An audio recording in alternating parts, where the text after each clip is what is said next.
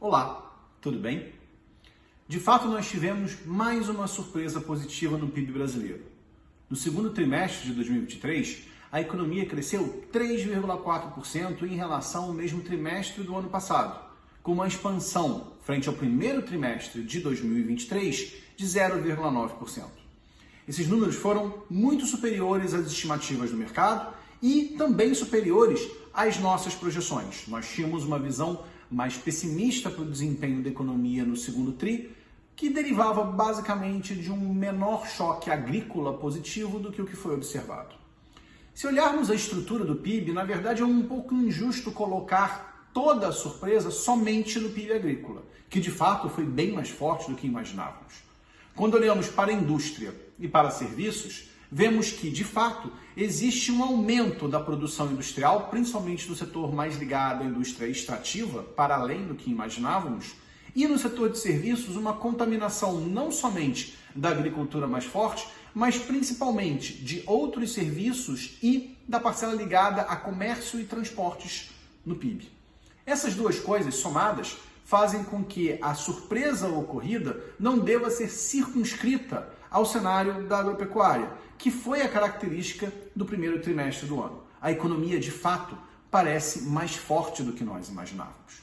Se nós pegamos esse crescimento pelo lado da oferta, que é como a gente faz o valor adicionado de PIB, e distribuímos ele pela demanda, o que observamos é que o grosso da surpresa ocorre no consumo, seja das famílias, seja do governo.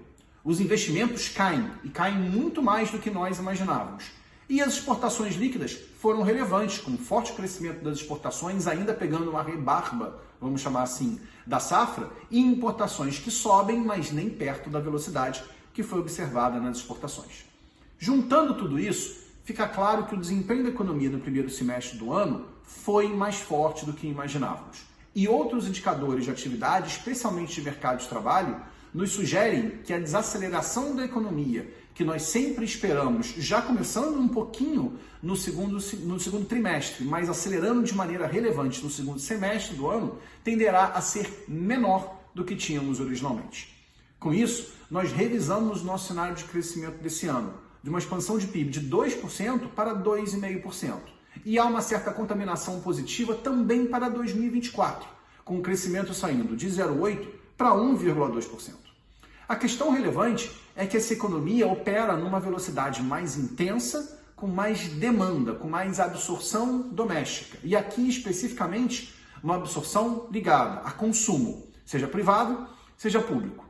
Em grande medida, essa é a visão de bem-estar promovida pelo PT originalmente nos seus governos anteriores e que agora está sendo repetida. A ideia original sempre foi ampliar a percepção de bem-estar através da maximização do poder de compra e do consumo das famílias, com grande atuação do governo para dirigir esse processo. Nesse aspecto não há nada de novo. Mesmo que tenhamos indicações de investimentos, como por exemplo no PAC, ou preocupações de prazo mais longo com a melhora da estrutura de crescimento da economia, o script é o kit PT de sempre. Mais gastos no curto prazo, mais possibilidades de consumo, mais percepção de bem-estar para famílias e para a economia de maneira geral. Essa combinação de demanda acelerando e dificuldades de dinamizar a oferta na mesma proporção, em geral leva a duas coisas. A primeira, um aumento da absorção externa, ou seja, você ter um crescimento relativo das importações. Não é algo que estamos vendo esse ano, até porque o crescimento da safra e das exportações ligadas a isso foi muito forte. Não somente safra, a gente também teve questões em minério específicas, tem um pouco em petróleo, mas o fato é que as importações ainda não aceleraram, mesmo se a gente considera que a gente teve exportações elevadas, que mudam um pouco a avaliação do setor externo no PIB. A segunda coisa é que um descasamento mais persistente entre demanda e oferta, tipicamente, acaba tendo efeitos inflacionários na economia brasileira. E aí se coloca a pergunta: será que o modelo de crescimento, de maximização do bem-estar e da absorção doméstica no curto prazo levará a um processo de desinflação mais lento do que todo mundo imagina? E nesse sentido, será que o Banco Central, de fato, queimou a largada de começar a cortar juros numa velocidade e numa intensidade projetada que são inadequadas para a convergência inflacionária em uma economia que está crescendo mais do que todo mundo imaginava, essas são questões extremamente importantes que ainda não estão sendo devidamente feitas. Mas nós já ressaltamos esse ponto no passado e voltamos a fazê-lo. Sempre tivemos a impressão de que antecipar o corte de juros era, no mínimo, arriscado, para não dizer temerário.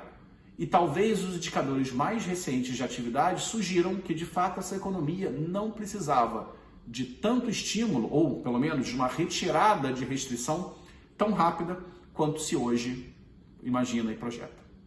Se você gostou desse vídeo, por favor, siga a BRCG nas redes sociais e se inscreva em nosso canal do YouTube.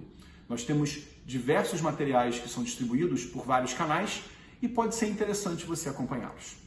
Muito obrigado e até a próxima.